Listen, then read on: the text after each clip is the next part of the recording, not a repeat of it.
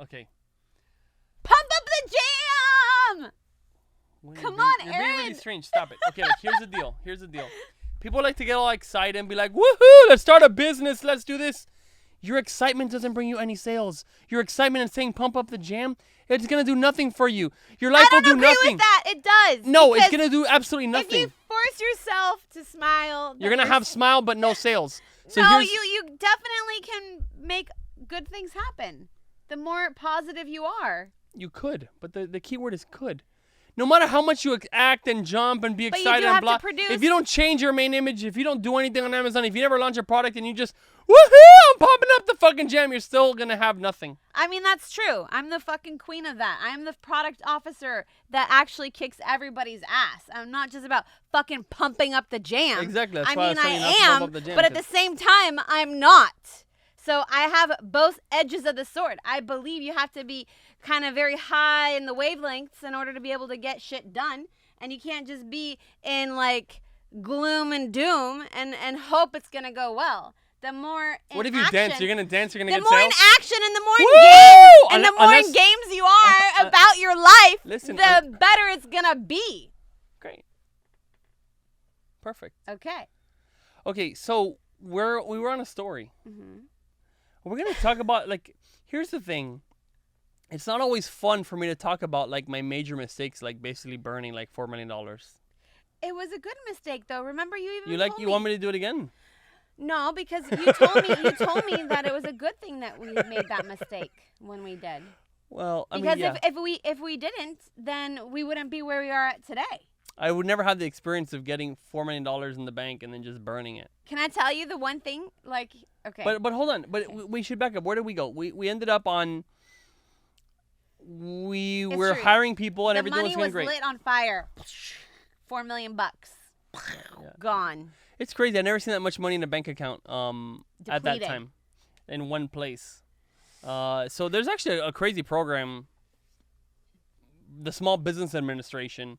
Do you know that the Small Business Administration, the SBA in the United States, is one of the most amazing things for businesses because you can get a crazy amount of money. In most countries, you can't do that. That's true. It's amazing. It doesn't exist. We're you try very to fortunate. borrow money from the government in Venezuela? No way. You joking? It's ridiculous. Even in Europe. And in Europe, even getting a mortgage is like almost impossible. Getting money is like we very are difficult. lucky we live in the United States of America. Yep. Folks. Home of the free. Okay, so $4.37 million I think was the payout in one go from SBA. So he had an incredible strategy that sounded amazing at the time, and everybody was all for it. And I had told him how I didn't think it was a good idea. There's a few times in my life where I actually really try to push my point, and this was one of them. A lot of the times I hold myself back because I feel like he's obviously a genius and he's very amazing. And I wouldn't say it's very obvious. No, to me it is. Okay, I've met thousands. I've met hundreds and hundreds of people in my life. You've definitely met thousands of people, Whitney, not just thousands. Hundreds. Okay, I've met millions of people. So in my lifetime. But anyways, the point is that he's a genius and that's it. That's it. Show's over. I figured that we can cut it right there. It's done. That's the perfect. worst case scenario. The worst case scenario is that he's wrong. But what do we have to lose? $4 million. I know, but at the time, like, listen. If I would have told you way back when we were starting the Amazon business and investing another $5,000 into another fucking maybe fluke, like, remember we had other businesses that we had started and we had put in $2,000 on one of them, and another one we put in another. I think it was like $1,500, whatever. Okay, yeah. And if I had stopped him on that Amazon idea, then we wouldn't be here right now. So, okay, I didn't stop him at that time. But on this one about the $4 million of investing into this other brilliant idea that he had, which wasn't so brilliant. You know what? It was brilliant. So hold on, stop. Let me just give you a big backdrop, okay? This is 2019? This is 2019, right? Yeah. 2019, middle of 2019, we had staff, we had launches, and every product was just hitting fire. Like we would launch a product. Yeah, it's and true. it was like selling. Like we'd have I think at that point we launched like maybe like a salad spinner or like a cheese grater or I don't even know what it was. But we would go and it's like the first or like a set of plates. I forget. We launched so much stuff. And it was the first day, so like 45 units. The second day, 60 units. And I'm like, we're freaking magic. We can sell anything. And we weren't even doing like ranking manipulations. We weren't doing any like nothing. Black hat zero giveaways. Stuff. Zero. Launched a product at like a break-even price. In fact, we even haven't above done those break-even. things for years. 10% above break-even. Running ads. Day 1, 45 sales. Day 2, 60 sales. Damn, I can sell anything. I believe I can fly. I believe I can launch the sky. So here's the point. I was at this level, and I said, I'm going to launch everything. And let's just get like leverage upon leverage upon leverage. That was the plan. Because oh my gosh, it went on first before we got the loan. There was this whole kick about getting payment terms with the suppliers. Yeah, so we were literally. Webinar. It was a great webinar. Someone said like, why don't you ask your suppliers to like give you payment terms? Like you pay them later. Normally you pay them 3 months, even after it arrived to the United States of America. Okay. Well, not really. I mean, it was 1 month after. 1 month after. On our best suppliers that we had, we literally had the most amazing payment terms where we didn't have to pay for the goods until 1 month after it arrived. No money down. So that we had a chance to launch the product and make sure that we could pay it back. It was like really bad idea. It's the exact idea. In fact, I had studied this thing that said when you basically make a bunch of money, you never want to like put payments into the future because then you're gonna kill yourself, and basically that was happening. So here was the premise. Every product we launch is selling very well and profitably. So I'm like, the gears are turning, and I go, we need to launch all the products we can launch. We can launch everything. I want to launch. Oh, sorry. Let's take it back. Let's go back on how this even started. Let's go back because dollar store idea? No, we had a dollar store idea too, but that was something else. Oh my god. The first year we launched the lemon squeezer. The next year we launched 4 products. They all sold out. November. We didn't even make it to Black Friday. We were gonna launch it for the holidays, right? Oh, I They were remember. all sold out before Black Friday. We didn't even participate in Black Friday because everything sold out. The next year, I want to say we launched 5, 6 products. And the knife sharpener. Yeah, exactly. Funny, one of those was a milk frother too. And I sourced them. Beautiful. So then we did, I think, like 6 products that year, or 4 products, whatever, the next year. And I did the calculation at the end of the year or the middle of the year, whatever I did it. And each of those products made $100,000 in sales. Yep. And our revenue went from, $800,000 to like 1.5 million or something like that. So 400,000 was new products, and then 300,000 was growth of existing products. And I said, why don't we do like one every month? Right? Mm-hmm. You remember this? Yes, I do. Let's do one product every month. 12 products that year. Did the 12 products, and our sales doubled. We're like, ooh, that's amazing. Almost double. It wasn't literally double. It was close to double. And we said, can we do one every week? And that was crazy. People were like, I remember I was at like masterminds in different groups. Oh, yeah, I remember that. People were like, how could you launch a product a week? You're crazy. You're this. You're a mad person, blah, blah. And then I'm like, we do one product a week. So we were going for 52 product launches. And that one thing I've learned about Aaron, if somebody says that you're crazy for doing something, it just makes him want to do it more. And he actually does it. And if somebody says not to do it, he'll do it. Right. Like, for sure. It's true. So then 52 products was a goal. We did 75 products. And that year we did like a 3x. The company tripled almost, right? Again, these are all estimations, okay? And I said, one every week is too conservative. It's too boring. I don't want to just launch one product Oh my gosh, when he was telling me about wanting... Okay, sorry. When you were telling me about this, I remember going through my mind about personnel. About the amount of people that I would need to hire in order to manage all of these SKUs. Okay? I was like freaking out about it. I was like, Aaron, we can't do that. We cannot do that. How do we physically manage like 2,000 listings? Well, hold on. We're going to get there. Oh my God. We're going to get there. Okay. We're not there yet. One a week was perfect. So we did 75 products, and I get, this is child's play. We're going to do one every weekday. 250 whatever products, 260 products. And that year was the biggest year ever. Okay, that was the year of 2019 when everything was going crazy.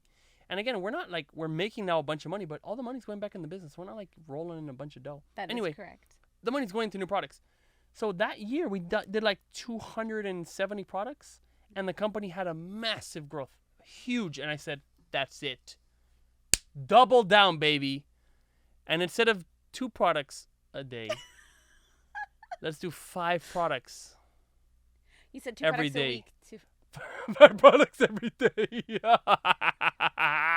Oh my gosh. Every weekday. So it'll be like 1,200 products, right?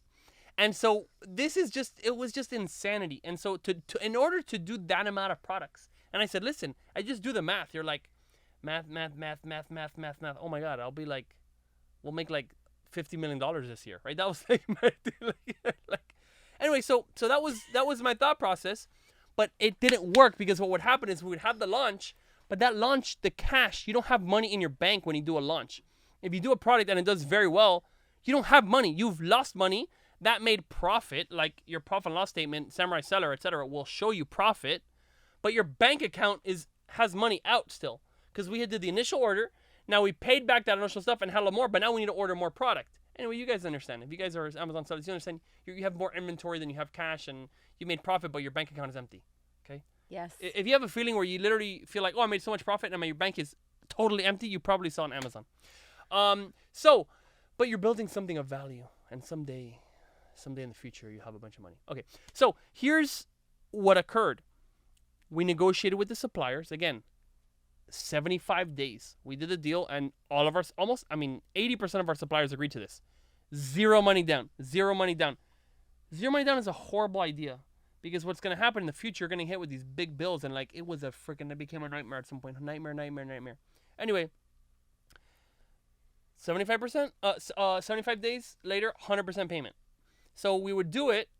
Now we're launching all these products. They're doing well, but here's what happened. We're on like product number 500 or 600 because I'm going to do like 2,000 products or 1,200 products or whatever crazy amount of products that year. Okay, 1,500. It was crazy, some amount. Five products every day. Here's what happened, guys. And this reminds me about a book called The Psychology of Money. The Psychology of Money. If we would have got that earlier, I don't know, I probably wouldn't have understood it. But reading it later, I understood what this book says would have saved my ass. But that book was after. I know, that's what I'm saying. I never read it. I hadn't read it. But anyway, so the point is that we had this loan. Wasn't the loan? Not even the loan. Hold on. Before the loan, forget the loan. We had the loan Stop. You did the payment terms. Both of them together. Okay, it was both of them. The payment terms started in the summertime. Yes, and then you got the loan about 5 months, 6 months later. Yeah, the loan was like in December. And it was about $4.3 million. $3 million. Okay, and literally that was gone. The money was gone. But hold on. But how did it get gone? Because you spent it on all these products. So this is what occurred. So we had a person in charge of international products, and they spent like $1 million. Fucking situation. We spent like $1 million on products that were not even hadn't sold. I basically said like just order everything for international. And we did horrible stuff. Like Mexico, you cannot ship wooden products to Mexico. You know what happened? They will put it in the garbage because you can't import wood to Mexico. Part of the problem Stupid was things like that. The research wasn't done, and the order Aaron gave was get everything into international Amazon, and it was executed in an extremely robotic manner, and the person didn't do sufficient research to find out what product would actually sell successfully in those countries based on the market research of that country. So obviously that's also our responsibility because we should have known what was happening and what the person was doing. But anyways, that was kind of... Yeah, so $1 million gone. We used $1 million, and then we bought another like $2 million of product, okay, for US, okay? And... $2 million. We used $1 million? What do you mean we used $1 million? Like between, not in business. Yeah, we did like donations. we did donations. We bought a house. We bought a car. No. No, we already What about your had Range the Rover? house. No. Yeah, the Range Rover was the one thing, and we didn't even pay cash for that. We literally Okay. put it on a lease. Okay, Aaron, don't So fucking tell me that It was $1 a million Range Rover. was my fucking Range Rover, dude. Actually, hold on. Let me just tell you. You know, you got the Range Rover. I got the Range Rover because you wouldn't listen to me when I told you no on the new products, and that was I said fine. If you're not gonna fucking listen to me, then you're gonna get me a fucking Range Rover. And that's what you're going to do. You know what actually happened? That is what happened. No. Yes. No. We lost $4 million on products and whatever. And no, it did not happen. You didn't lose the money first. Yes, 100%. No. And you said, if you could spend $4 million, I could buy my Range Rover. And then you went and bought it. Yeah, but we hadn't lost the money yet. We used it. We used it. We didn't think it was like burned on fire, but yes. Correct. It was at that time, you still thought it was a great idea. Of course.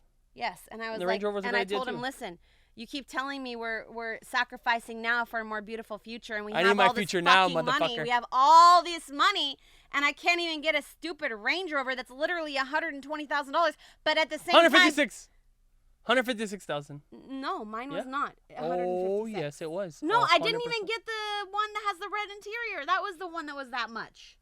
Here's 156. I'll take that shit out right now. I'll take out the loan right now. I promise you, it's 156,000. Aaron, what the fuck ever? It's okay. It's okay. not a problem.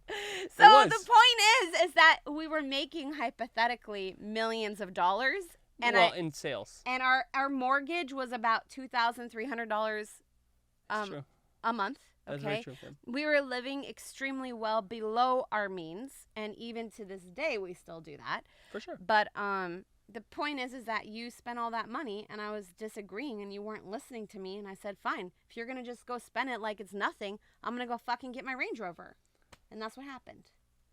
That's a good way of remembering and embellishing the past. Okay, good. Well, that's my. No, it's perfect. It's beautiful. No, it's perfect. That's my reality. Yeah, it's perfect. That's wonderful. Okay. Yep. So, but the point is this: it's no problem. You know, I have no problem. I love to buy inventory, of course. That's no problem. You get your Range Rover, so it's all good. There's no hard feelings. That was 3 years ago. Yes. It's all good. Uh-huh. It's all good. Okay, so you got worked up on that one, Whitney.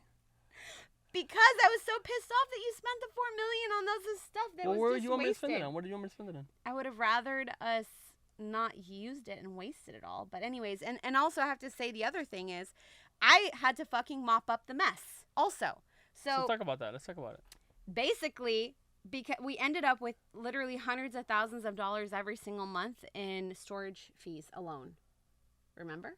Yeah, but hold on. But first, we didn't even tell people what we bought. Okay, you want to tell them? Yes. Fucking toilet drain. So Drano snakes. Yes, we got like Drano snake. We got like a what do you even call those? Drain snakes. It was like a drain snake. That was kind of the dollar store idea. How do you source 1,400 products right in a year? You gotta do a bunch of random stuff. We did like furniture corners. We did like butterfly stickers. We did like random lamps. We just did everything. Again, the idea of brand and this just fell out of my mind. I was like, on this sort of high. On a high You're of on like a high. On a cloud 9 on like we can launch anything. We're the most magnificent launching people. We'll take the number one item in all of kitchen. We'll take the number one item in all of home. We'll take the number one item in all of sports, and we'll sell it. And we're gonna do a great job because we're invincible. And that's how I felt. And this is what occurred though. These products were even selling well. You know, it wasn't that it was a bad idea. Let me tell you what occurred. Back to the psychology of money thing I was talking about. Something unexpected happened. Right, because we had leverage. We had money leverage and we had supplier leverage. And all the launches were still doing well. Everything was selling. We're in the heat of COVID. Everything is selling. Everyone's buying things. But Amazon now pulled the rug on us because they were out of fulfillment space. So many more people were going to e-commerce. They weren't ready for the craziness that was occurring. And they put a new rule in. And that rule was any product going to Amazon, any ASIN, you could only send 200 units. And again, this rule has since been abolished and it's no longer being done. But right in the heat of COVID, like we're talking about February 2020, right? When all these products were hitting, we spent like all this money. All products are starting to arrive now. And Amazon says, no, you can no longer send in 3,000 units because we would send in the 3,000 and we started selling 50, 60, 70, 80, and it would sell out and make profit. Now what occurs, we couldn't ship it right to Amazon. They said, you can't ship to Amazon. You better store it in your warehouse. We're not even ready for that. We're shipping everything to Amazon directly. So now we have to find this warehouse that's going to store our stuff. The cost went up exponentially because now we have to store everything in a warehouse. Then we have to sticker it, also, the container prices were going up. And the container prices were going up drastically from like $3,000 to $20,000. $3,000 to $20,000 of container prices. It was crazy. But the worst thing of all was that we'd have to send in 200 units of a product. So we'd have like the drain snake. We'd send in the drain stick or whatever any other product. We'd send in 200 units. It would sell like 100 units the first day. What about those butterfly stickers? Listen, hold on. Oh my gosh. No. 50 units day 1, 100 units day 2, 50 units day 3 because it's out of stock. And then we're like, oh, we want to send this thing again to Amazon. Can we send in like 1,000? Amazon would say no. You can send in 150. What? Like, hold on. I just sent in 200. I sold out in 3 days. And I can send in 150? Or I can send in 200? What is going on? Now, what occurs, their algorithm checks your average velocity for the last 30 days. So it was flawed. It was a flawed algorithm just for that moment. And so now we would send in 200 and then send in 200 and then send in 150 and then, oops, now we can send in 250. And all those shipments, that profit of that order was gone and now it's negative. We can't rank. We lose the sales velocity. We cannot sell. So all these products, and the way we were going to do these products and make them make money was that first order would make up the cash. But now with all the shipments to Amazon, each shipment to Amazon is like $300, $500. Draining all the money. And it's done. So each product, instead of making money, all retracted, and all those were losses. We had like 80% was a loss of those products. Only 20% was making profit after all those new changes where we have additional costs of logistics, additional costs for containers, additional costs for another shipment. Then we lose the ranking. We go back to the bottom of the page one, then we have to put all the ads again. Then we got to put, It was a disaster. And worst of all, Whitney, worst of all. What? There was no grid to even know what payments were coming when. So around this time, we thought, okay, the suppliers, we have so much money. We'll pay for everything. We just have money to pay. But then slowly it's like, wait, we don't have money to pay. Where did the $4 million go? What happened? Like where did the money go? And we don't know what supplier payment is coming when. There's no grid. There was no tracking system. Zero idea of what payments were due when. And so we did this crazy grid, and we put the payments, and we started doing that months later. We got into some pretty hairy situations. That summer, I put on credit cards. We did credit card advances to get cash to put into the company to pay the payroll. Like, our account was negative $8,000. Like, talking about. I don't even think people know that, but yes, we did that. Negative, like literally, I took which card could I take cash advance. And we're literally taking all of our personal everything. We have $0. We have absolutely zero money, no money at all. At one point, we borrowed like $100,000 from a friend to pay, to pay some stuff. $150,000, $115,000, and like without we did that more than once. Really? Yeah, we did. Twice? Yeah. Okay, we did it twice. I don't remember, but we have good friends. We do. We're very lucky. And but of course, that wouldn't occurred before. Now that we can pay it back, our business is pretty large at that point. Tens of millions of dollars, and the account is totally empty, literally overdrafted, taking personal money from credit cards into cash to be able to pay it. So that occurred, and the problem was the prediction.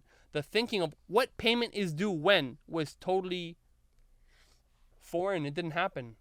And so we have this grid, this cash flow grid. This was just 2 years ago. Yeah. 2020, yeah. Almost 3 years ago now. And so this was a key change for our company because before then, it's like there's always enough money to pay for whatever order. It just kind of happened because we're not taking any money out for ourselves. So with all the profit of the company and all the stuff, there should be money in the bank to pay. So we didn't have to think about it until we pushed the envelope so hard and the shipments and all the other stuff that happened. Now we have to know what money is coming when. And wow. I didn't even know that was important. And I know people now who are big sellers that don't do that. So in fact, I want to do this add-on for a long time. So I'm going to put the plug in right here. What? AaronCordovez.com/cashflow. And if you opt in there, we're going to get you a cash flow grid. Okay. Not the same exact one we use, but there's going to be blank AaronCordovez.com/cashflow. And it's going to show you the grid that we use to keep track and put every supplier payment, every payment that's coming, each period, all the time, and it keeps track for the 2 weeks of the payouts for Amazon. Without that, Whitney, and somebody made that grid, we didn't create it. Like, that saved their ass, yes or no? Yeah, for sure. It did. That was definitely intense. Yeah. For sure. Anyway, so we got out of that. And then we went to we went back to the Cardone. Which thing did we go to? It was a Cardone training that we did. Oh, what do you want to talk about that? Because the Psychology of Money book that you mentioned. Oh, yeah, that occurred there. That's true. So. That's true. You know what's funny? Hold on. Can I tell you what was really funny? We didn't talk about this. We had our year-end celebration for the biggest year ever. And that's when... Why did I feel like this was in the summertime? Did this happen twice? Because I remember we were at the party. Mm-hmm. Like, we were at this big party in Orlando with the whole staff. Everybody was there. And I remember... With the bowling alley?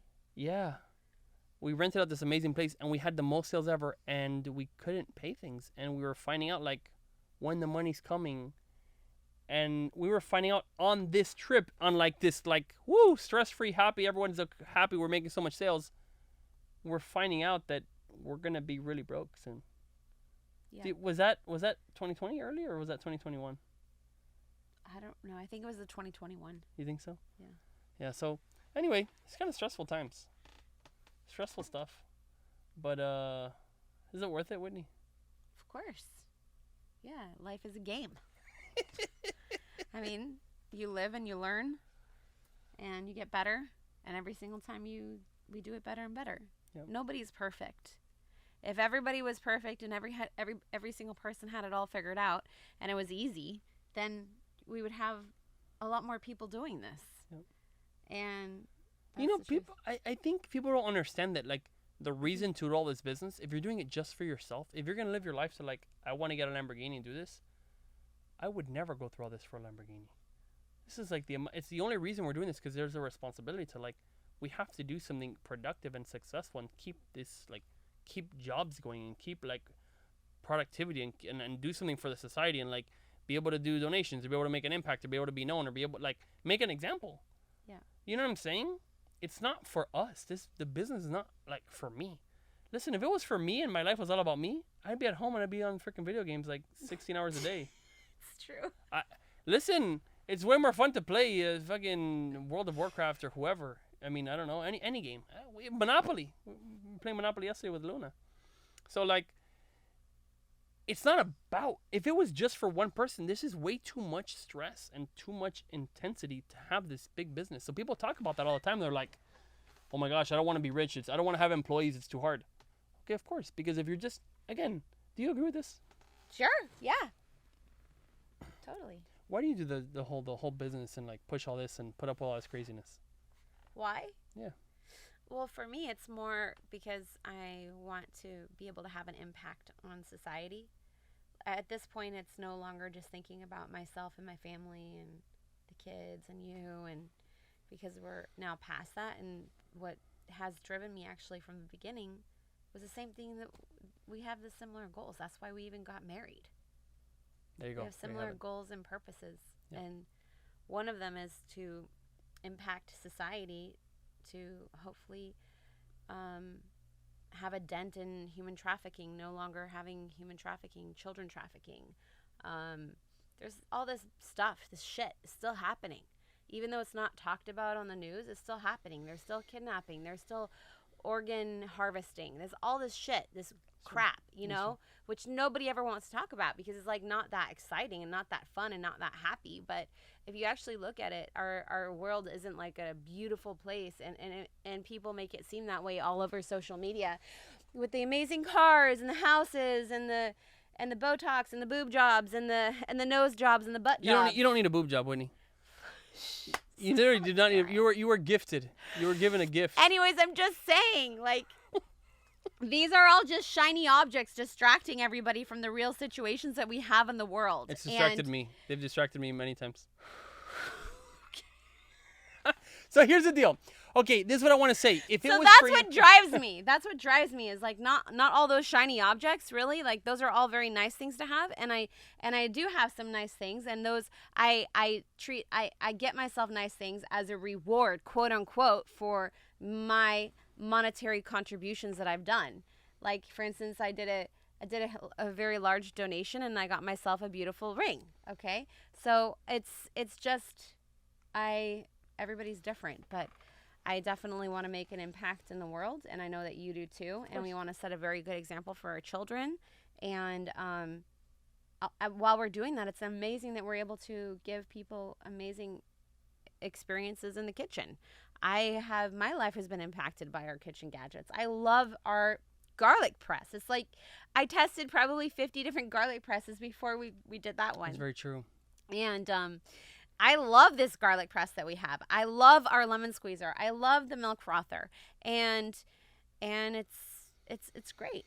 And I love making people's lives easier in the kitchen. Yep. And again, if it was just for us, we've long passed the time where the money we make affects our personal life. Like it's we're done. The Range Rover, you get how many Range Rovers can you get?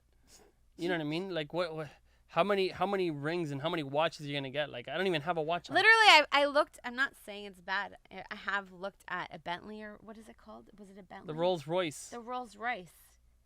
But it's like almost $1 million, or how much is it? 250? Like for like 400. 400? Okay, whatever the amount is, 400,000. I was like, gosh, that's a lot of money for a car. Would I want to buy the car, or would I rather donate? And that's where it goes down to. It just feels so intense. Like God, yeah. Jeez, for a piece of a car. Have you seen like online like these guys like? Is it gonna really change my feeling in my life? That car, that $400,000. It might. I don't you know. might really like it. I don't know. I've seen look at that car and the inside. You're like, whoa, it's yellow and this and ooh, what's that? And ooh, luxurious. I mean, I don't know. You could get the car if you want. Obviously. One day maybe when I feel like I can. It's not a big deal for me. Still, I feel like whoa, I wouldn't do that. But anyways. She was just talking about the Range Rover, and then look how much it switched for like a little bit. Yeah. Not for a little bit, but like, anyway. What? It's fine. It's all good. It's all good. Don't worry about it. It's all good. So, what were you okay. saying, Aaron? I wasn't saying anything. I didn't get it. I didn't say a single thing. Okay. So moving on. So at the end of the day, we had to. Here's something that's interesting about China, because in China, just how, if somebody does something really messed up in China, in the U.S. market, like on Amazon, they're not held liable because we cannot sue people in China. But likewise, people in China cannot sue you. So we had payments that were coming due, but they're not going to hurt our credit here in the U.S. They're not going to do like these other things. So we had to basically do like a bit of a triage of like, we can't pay all the payments, and we would tell people, hey, we're going to pay you when we sell this product. This happen with Amazon. And most of these guys were very, very cool with it. I would say 90% of the suppliers we were with were like very understanding, and we've paid off now 98% of all those orders, right? Maybe there's a few orders that they were bad. I don't know all the exact details, but I think there was a point when we were, how much was it? Like about 15, like we owed, I think, $10 million. $10 million. I think we owed $10 million to people overseas. That we $10 million. $10 million that we owed to different suppliers in China. It was. I had no idea that we even incurred that amount of money. Like, when did that happen? We got $5 million of to spend money, or 4.3 or 3.3 or whatever it was that we actually spent on products.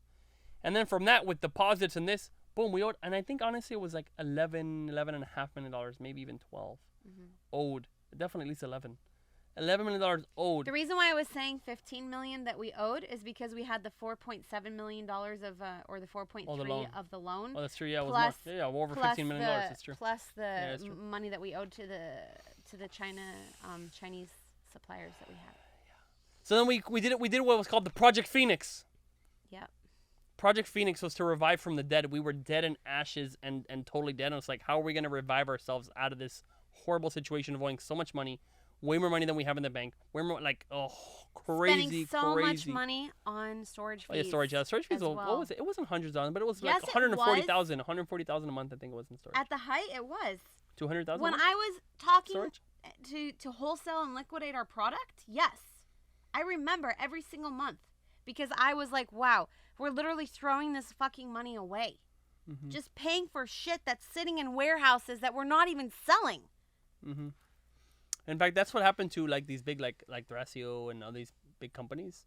They imagine this problem but multiplied by 20, right? And that's what these guys had. Like, anyways, and they obviously didn't have an Aaron, and they didn't have a Whitney. That also their personal lives were like our company and the people that work in the company. Everybody's livelihood was on the line. We had to make it we had to push through, and it wasn't an option just to give up. Everybody was like fucking putting their heart Project into Phoenix.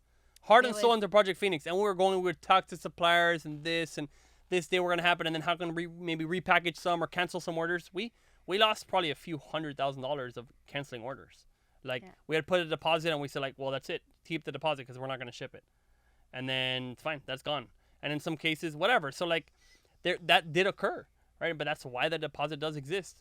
You know, we didn't have all 0%. Some people did, like, only deposits. So not everybody got payment terms, right? I'm also super, super, super grateful for a contact that we got from TJ Maxx, a buyer in TJ Maxx that was actually a customer of ours. She had written into us 2 years, probably now at this point 4 years ago, and she was very impressed with our milk frother and our customer service that we had. And she was like, here's my number, please give it to the owners. I'm a buyer in TJ Maxx. I would love to work with you guys and get you into our stores. So then I started the relationship. It took about 2 years of speaking with her and sending her samples, and for one reason or another, we didn't just like connect right away, but I had been sending her samples maybe once every 6 months or once every 6 months. And then basically when Project Phoenix happened, I just messaged her one day and I was like, hey, what do you think about doing a test order now? Is this a good time? And then she all of a sudden was like, yes, let's do it. And that was the first order that we got with them. It was like around $2,000 or $3,000 worth of product. But then within about... It sold well and whatnot. And then she did like reorders and massive reorders. I don't know if I can say the exact amounts, but like... We sold a good amount at TJ Maxx, especially like liquidation. We're able to take that number down. Yes. Over which was time. Extremely helpful for sure. And what's really cool is that a lot of the products sold very, very, very well. But we also sold to them, let's say, a lot of stuff at like break even. So like if it cost us $4, we sold it to them at $4, and they're like, or even less. Even less. It cost us $4, and we sold $3.75 or $3.60 literally at this point when we were just trying to get the product out of the warehouses because it was liquidation. So we took losses. A lot of product, for sure. A lot of product but the point was that we needed to get it out of the warehouse and stop paying storage fees on everything. And so what happened? They're like, our initial investment, at least some of it. Yeah, they came back and they're like, this item sells really well. Can we buy order? We could buy so many more of it. And we're like, we lost a lot of money. We need to increase the price if we're going to sell it. I said, no, we need to have that same price. And we're like, unfortunately, we couldn't. We can't replenish your stock because that's less than our break even. They're like, oh, okay. So anyway, yeah, whatever. I would have loved to. I know, but I would have loved to be able to continue the product. Some of them, for sure. Yeah. And it's they're amazing. We love TJ Maxx. We love Amazon. Those are our two favorite stores. It's true.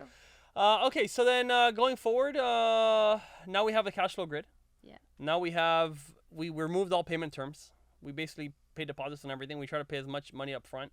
Like I it might be smart to do this and do other stuff, but we're paying big deposits, at least at 30%, but sometimes 50%. Sometimes we're trying to negotiate up front. We pay everything up front and get a bit of a discount on the order. Like, it's just better business because you don't get caught up in like craziness. Maybe you're gonna grow a little bit less, but you have a chance of not dying and not having your entire company to go to crap because you over leverage yourself in all these places, right? So, I don't know. We went forward and the last years have been pretty good. What happened after that? We recuperated, and then we had like a slow year, right? We grew, I don't know, a little bit over 10% or 15% or whatever it was. More conservative, Yeah. Which in a lot of cases, like a 15% or 20%, whatever the percentage was, is considered like hyper growth. Right. 20% hyper growth. This is like corporate standards. If you grow 20%, it's hyper growth. For us, it's like 20% is like, wow, that's one of our worst years of the entirety of the time. So there's two books that I want everybody to read. One is Psychology of Money, and the other one is Profit First. And then Profit First. You haven't even read that book, Whitney. Yeah. No, you haven't. You told me all about it. I told her about the book, and then she's telling you to read it. Aaron, you know what? She didn't read the book. You didn't even read the book. Face in front of everybody who's listening right now. But we're cutting that out. No, we're not cutting it out. Absolutely not cutting it out. Profit First. Don't read that book. Aaron, don't read Profit you told me all about it and how amazing it was, and it helped us so much. And that's you said it even changed your mindset about how you're taking money out of the company, and you have to pay yourself because before don't you weren't. Just give them the concept. Okay, well then I'll tell them the concept. Exactly what you told me, and the reason why I think the fucking book is amazing because before this you literally would never even fucking take any money out of the fucking company. Every single thing was going right back into the business. Sure. Every single thing except for the Range Rover? Except for $8,000 a month. Which was even less than your salary. No, we were taking more than 8,000. Really? Yeah. Maybe 10. Yeah. 10. Okay? 10. So the first 4 years of its life. I forget. No, I don't know the first 3 years we didn't take anything. 2 years. 2 years. Yeah. Everything was reinvested. First 2 years. But tell them about profit first. Go ahead. You basically pay yourself. You're basically just trying to have egg on my face. No, I'm not. I'm trying to move forward. I'm moving forward. Okay. So the book Profit First, the idea is, listen, make it worth it for you. Do you want me to look bad in front of everybody or something? You can't look bad no matter how hard you try. Oh my God, Aaron, please stop. Okay, so here's the thing. In Profit First, the idea is that pay yourself, right?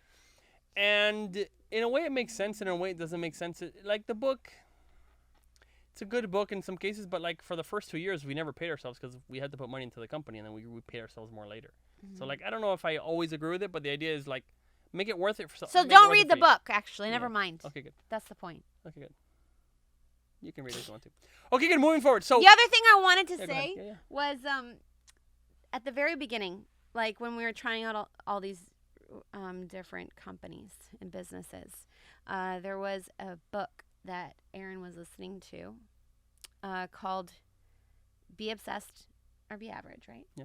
10X Rule. And the 10X Rule. And Sell or Be Sold, all of the books. I read like every single one of Grant's books. On repeat. Books. Yeah, the way it's a 1 hour commute. You got to take the thing, it's either driving or the subway, and it's like, why not like inject that thing into your veins? Right. Yes. So that was what we started with at the beginning, and he was always pushing me to read them too. So. And you didn't until later. Yeah, till later. But then it's funny, after she read Be Obsessed or Be Average, she literally said it. Everybody in the company is reading this book. Mandatory. And she got everybody to read it. So for years, she's like, I'm not going to read it. I don't want to listen to Grant, this and that. And then she read it, and then she's like, everyone in the company needs to read this book. Be Obsessed or Be Average. And if you didn't read this book in 3 weeks, you're going to be fired. You need to read it. This is after like 2 years. No, what? I didn't say. You didn't say. I did not tell people that. I told you. You told me that. She told me that. She said, I'm going to tell them all to read it, and if they don't read it, I'm going to fire them. But I don't think you should be telling this in broadcast. Nobody got fired. So it's okay. So it's all good. We can broadcast it. Okay, anyways, to me it was an indicator. If a person couldn't read the book, even though it was an indicator, even if a person didn't want to read the book, or they didn't read the book, it was an indicator of, okay, they literally could use their work time to read it. And if I'm asking them to read the book, then read the fucking book. It's not like I'm telling you to drink poop or something. Yeah, that'd be weird. That'd be really bad. Yeah, drinking poop. 2021 was pretty good. Mm-hmm. 2022 was pretty good. Mm-hmm. We didn't go into any crazy things in that time, did we? No. We kind of just kept it rolling, coasting. For a while. You kind of wait when everything's going like kind of well. You're kind of waiting, like, what the hell's gonna happen here? I don't know. Do you feel that way? No. No, I feel that sometimes. Like, is anything gonna happen? But anyway, it's fine. We'll move on. So, what's the plans now? What are you excited about these days?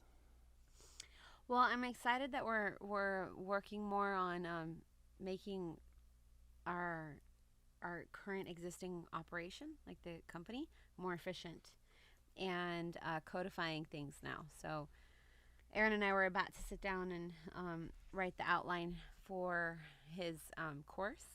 My book. I am more than halfway done with the book. And he is in the middle of this. It's a fantastic book. Because it is, yes, now it's codifying. It is, how do we launch? How do we do this? And I'm running through, listen, our operation. There are major kinks. There are actually major problems. There's problems. And even with those problems, and even with our company not being 100% in an idealistic situation, we're doing pretty good. We're still doing, I would say, pretty good. Yeah. And it's actually impressive to me that even with these alterations in the production line, there is still they're still very productive. You can make millions of dollars with a lot of mistakes. You can make a lot of mistakes. If you look at our listings, Aaron is, I would say, kind of notorious for listing teardowns. He gets called by different mastermind groups to do listing teardowns. That's true. People love his listing teardowns. And what I have to say is, like, if he was to do that on our own listings, he would find so much shit. It's not even funny. Like, we have our own listings, and we have issues with our listings that if he did those teardowns on our own listings, they would be appalling. So I'm just mentioning that because even with our listings and the way that they are, even as disgusting and not optimized as they are, they don't have dildos and shit like he was saying. But those are just attacks that have happened in the past. But the point is that even with those listings not fully optimized, they're still producing. And that is what is the most amazing thing to me. So there is so much potential that we have existing with our existing products that it's not even funny. Not including the new sourcing, the new products coming in through sourcing. So it's actually very, very exciting. And I can totally see that we're going to take this company and we're going to make it into $1 billion company. Yeah. Nice. Okay, good. So but I do see that the systematizing and the training is imperative. Like, because this is where we need to be a lot more fine tuning of every single piece and part of the company. I agree. That's what we're working on. We can always improve. We can always figure out how to transfer that stuff to all the people in the company. But the thing that we are going to benefit now is that I'm doing this company training. There is some internal stuff that we're not sharing, but a lot of it we are actually opening it up and will be on email, and it's going to get in when you subscribe to the email list and all that stuff, and stay on the podcast, and we'll talk and we'll have more chats. So it's great. That's a good that's just a quick, that's kind of the recap of the story. Did we miss any major parts? I don't think so. We got a good chunk of it. So at least like 3 times almost going bankrupt, starting with $4,000. But I do want everybody to know that this is not unnormal. Like, what's not normal? It's not unnormal. Oh, it is normal. It is normal. It is normal for companies like that. You're bootstrapping it. You're starting it yourself. Like, you have to be ready to basically hit the pavement and get back up and keep going. And I'm sure that, like, we have met many business owners at this point. We've been doing this now for 8 years. So we've gone to mastermind groups. We've met a lot of business owners, and we are definitely not the only ones that have had these kind of problems. So yeah, and in fact, a lot of people hit these and they're done. Yeah. I mean, I could name several right now that got into a problem and they did not come out of it and then give up and like just. So the point is that you have to have persistence all the time, actually. All the time. Persistence on a given course, like, that is such an important point, and not giving up and continuing to push and debug the production flows, and then keep going forward and not stopping and not giving up. If you have some adversity or some suppression or somebody saying that you shouldn't do it, don't listen. You just keep going, and you flourish and you prosper, and you keep going and don't stop, because you have it in you. Everybody does. Every single person is actually amazing and can do this. Like, zero doubt. Nice. All right, guys. Thank you.